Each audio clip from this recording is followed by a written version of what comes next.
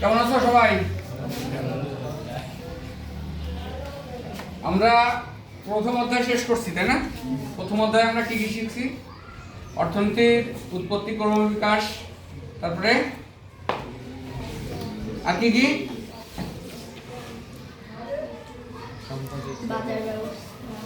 দুষ্প্রাপ্যতা আর অসীম অভাব, তারপরে ব্যষ্টিক আর সমষ্টিক অর্থনীতি, অর্থনীতির 10টি মৌলিক নীতি, তারপরে পৃথিবীর যত ধরনের অর্থব্যবস্থা আছে, কয় ধরনের? 4 ধরনের, সেই অর্থব্যবস্থা সম্পর্কে জানছি। এখন আমরা অর্থনীতির গুরুত্বপূর্ণ কিছু ধারণা সম্পর্কে জানবো।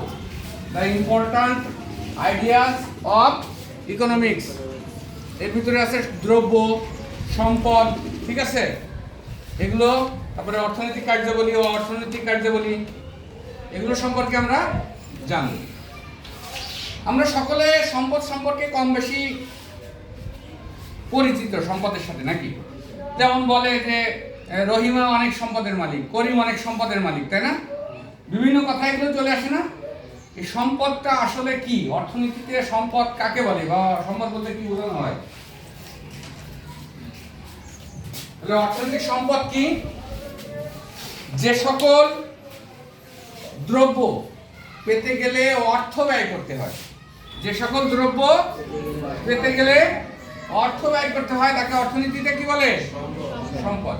একে আমরা অর্থনৈতিক দ্রব্য বলতে পারি। একে কি বলতে পারি? দ্রব্য বলতে পারি। অর্থনীতিতে সবকিছুকেই সম্পদ বলে না, ঠিক আছে? অর্থনীতিতে কোনো কিছু সম্পদ হতে হলে তার 4টা বৈশিষ্ট্য থাকতে হবে। কয়টা? অর্থনীতিতে কোনো কিছু সম্পদ হতে হলে তার কয়টা বৈশিষ্ট্য থাকতে হবে? 4টা বৈশিষ্ট্য থাকতে হবে। 4টা বৈশিষ্ট্যের 1 নম্বর হচ্ছে উপযোগ। উপযোগ আমাদের কাছে নতুন শব্দ না? উপযোগ আমাদের কাছে কি? এই শব্দটা আমরা খুব বেশি এর আগে পরিচিত না। তাহলে উপযোগ কি এটা আমাদেরকে এখন জানতে হবে, নাকি? উপযোগটা কি সেটা আমাদেরকে জানতে হবে। সহজ ভাষায় যদি আমরা বলি, সেক্ষেত্রে উপযোগ হচ্ছে কোন দ্রব্যের অভাব মেটানোর ক্ষমতা। কোন দ্রব্যের, আমরা সকালবেলা খেয়ে আসছি না? ভাত হোক, রুটি হোক, যাই হোক, খেয়ে আসছি।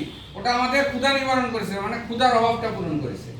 আমি এই যে কলমটা দিয়ে লিখতেছি, এটা আমার লেখার অভাব পূরণ করতেছে। আমরা যে পোশাক পরিধান করে আসছি, এটা আমাদের লজ্জা নিবারণের অভাব পূরণ করছে, তাই না?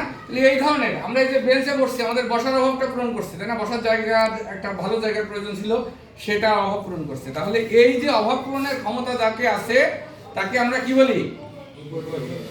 অভাব মেটানোর ক্ষমতা আছে, তাকে আমরা সহজভাবে বলি উপযোগকে। আমরা এক কথায় কি লিখতে পারি? অভাব মেটানোর ক্ষমতা। উপযোগকে আমরা বলতে পারি অভাব মেটানোর ক্ষমতা। 2 নম্বর আমরা কি বলতে পারবো? বৈশিষ্ট্য। কয়টা বৈশিষ্ট্যের কথা বলছি? 4টা। তার একটা আমরা জানছি, আর একটা 2 নম্বরটা কি? প্রাচুর্যতা। এটা আবার কি? এটাও আমাদের কাছে নতুন শব্দ, নাকি? এটাও আমাদের কাছে। কোন দ্রব্য যদি সম্পদ হতে হয়, তাহলে তার যোগান বা পরিমাণ সীমিত থাকতে হবে। সহজ কথা, যেমন আমরা যে বুক ভরে নিঃশ্বাস নিচ্ছি, এটা কি আমাদের টাকা দিয়ে কিনতে হচ্ছে? অ্যাভেলেবেল না? এই যে অক্সিজেন, এটা কি পৃথিবীতে কি প্রচুর পরিমাণে আছে, এটাকে কিন্তু আমরা সম্পদ বলবো। আমরা যে রৌদ্রের আলো পাই, যা আমাদের সকল পৃথিবীকে আলোকিত করছে, আলোর কত প্রয়োজন রাত হলে আমরা বুঝতে পারি, নাকি? তাহলে এটা কি সম্পদ বলবো না? কেন বলবো না? কারণ এটা হচ্ছে এর যোগান সীমিত না, এটা অ্যাভেলেবেল, এটা প্রচুর পরিমাণে পৃথিবীতে আছে, ঠিক আছে? কিন্তু যখন কোনো শ্বাসকষ্টের রোগীকে আমরা অক্সিজেন সিলিন্ডার নিয়ে এসে মাস্কের মাধ্যমে দেই, তখন ওটা আমাদের কিনতে হয় না? ওর যোগান কিন্তু সীমাবদ্ধ। ওটা আবার এই সেম অক্সিজেন আবার ওই সময় সম্পদে পরিণত হয়। আবার রাত্রিবেলা যখন আমরা এই যে সূর্যালোককে ব্যবহার করে বাল্বের মাধ্যমে আলো জ্বালাই, তখন কি ওটার যোগান সীমাবদ্ধ হয়ে যায়। এই যে এখন বৈশ্বিক পরিস্থিতির কারণে বিদ্যুৎ সংকট, বিদ্যুৎ ঘাটতি তৈরি হয়েছে, জ্বালানির ঘাটতি তৈরি হয়েছে, তাই না? তাহলে এখন আমরা বুঝতেছি যে ওই আলোর কত মূল্য, তাই না? ঠিক আছে, এখন যেমন করোনার সময় আমরা বুঝেছি অক্সিজেনের কত মূল্য, এটা বুঝছি না?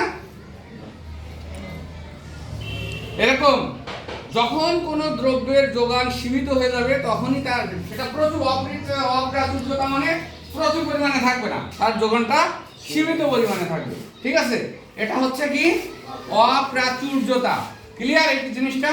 তাহলে উপযোগ কি আর অপ্রাচুর্যতা কি? তাহলে অপ্রাচুর্যতাকে আমরা এক কথায় কি বলতে পারি? যোগান সীমিত, নাকি? হ্যাঁ, তাই তো? আমরা কি বলতে পারি? 3 নম্বরটা কি? হস্তান্তর যোগ্যতা। 3 নম্বরটা হচ্ছে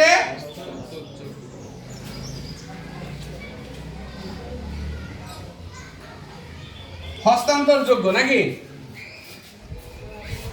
হস্তান্তর যোগ্য মানে কি? এটা আমরা মনে হয় কম বেশি অনেকেই জানি। হস্তান্তর যোগ্য হচ্ছে হাত বদলের ক্ষমতা, মালিকানা বদলের ক্ষমতা। ঠিক আছে, যে সম্পদ, কোনো জিনিস সম্পদ হতে হলে তাকে অবশ্যই এক হাত থেকে অন্য হাতে যাওয়ার ক্ষমতা থাকতে হবে, মালিকানা পরিবর্তন হইতে হবে। ঠিক আছে, এই ধরনের যত দ্রব্য আছে সেগুলোকে আমরা কি বলবো? হস্তান্তর যোগ্য, তাই তো? তাইলে সহজ কথা আমরা কি বলতে পারি এটাকে? মালিকানা পরিবর্তন, নাকি?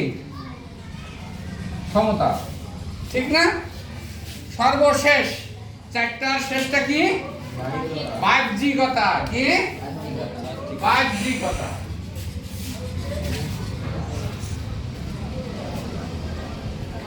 আমরা কারোর গুণকে কি সম্পদ বলতে পারি? কেন না বলতে পারি না? কেন? তার ধরা যায় না, ছোঁয়া যায় না, দেখা যায় না, নাকি? ঠিক কি না? কিন্তু যার বাহ্যিক আকার আছে, বাহ্যিক অবস্থান আছে, ঠিক আছে? যেমন একজন ব্যক্তির কম্পিউটারের উপর বিশেষ জ্ঞান আছে, এটাকে কি আমরা সম্পদ বলতে পারি? পারি না, কেননা ওটা ধরা যায় না, ছোঁয়া যায় না, বোঝা যায় না, নাকি? তাহলে বাহ্যিকতাকে আমরা এক কথায় কি বলতে পারি? যার নির্দিষ্ট আকার আকৃতি আছে, নাকি? নির্দিষ্ট